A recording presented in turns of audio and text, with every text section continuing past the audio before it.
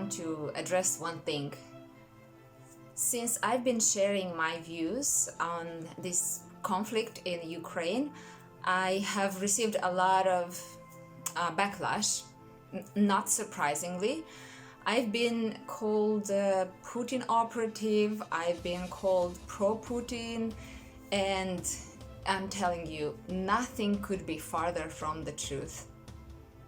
Me sharing these views, it's my own discovery, it's my own eureka moment, it's my own aha moment, and it's not just that I've read some articles or views around conspiracy theory. Listen, when I hear somebody who spent 40 years studying and teaching foreign policy, I trust that source.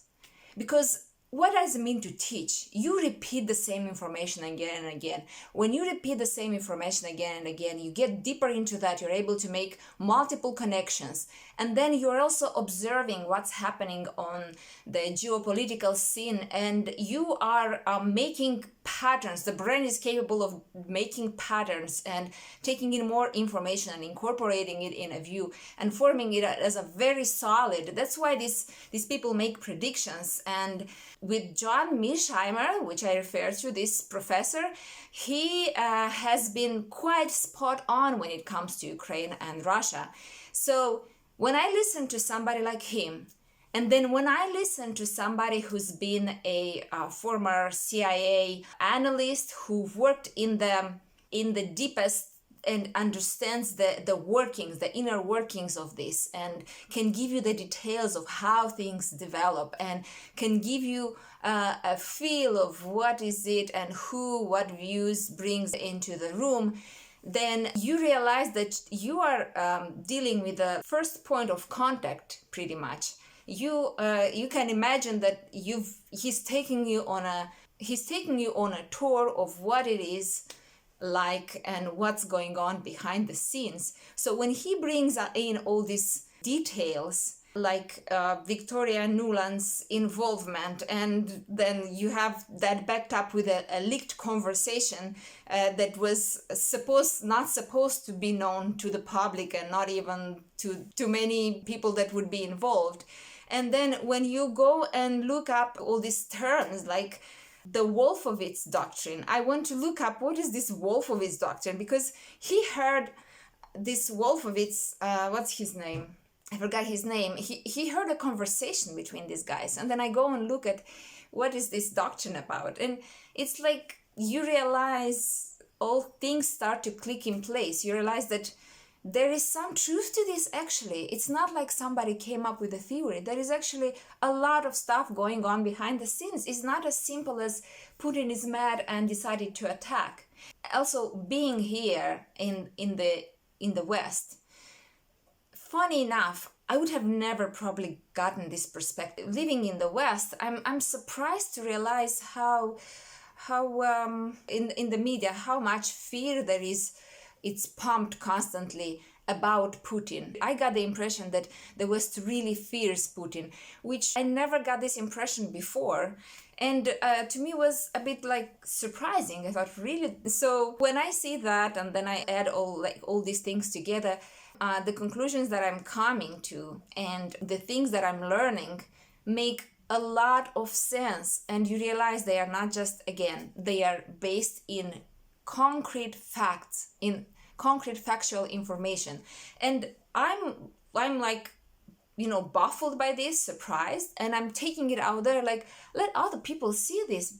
My goodness, this is not as simple as it seems. It's not just that Putin is so, all of a sudden gone mad. It's not at all. And yeah, in this situation, I see him the least culpable.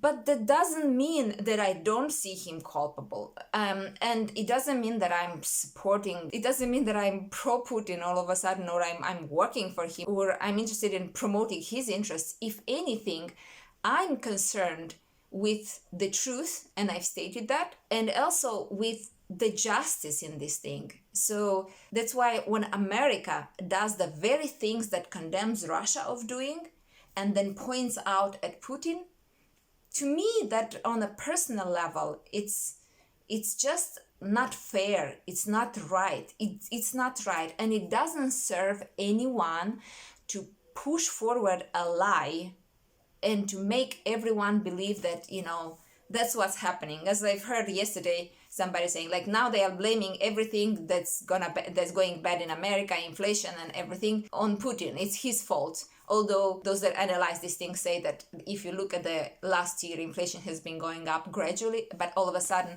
there is someone to be blamed for and pointed to. So just to be clear, this is where I'm standing. My views does not equate with me being pro-Putin. Don't get me wrong, people. Don't get me wrong. It does seem like in this situation, I see him the least culprit, the least responsible. If anything, I see he's defending his interests. And now it's gotten to a war, very sadly. And my heart goes out to those people. This is why I'm talking about this, because what's happening there, it doesn't pass by me just indifferently. This situation is closer to my heart, and I have a deeper understanding of this as the situation, let's say, in Afghanistan or Libya, because I wasn't even closely as aware of that and never looked into this so much. So if you are interested to hear this, if you are interested to look from this perspective, there is plenty of evidence and you're welcome to. But if not, that's okay too. Just know where I'm coming from.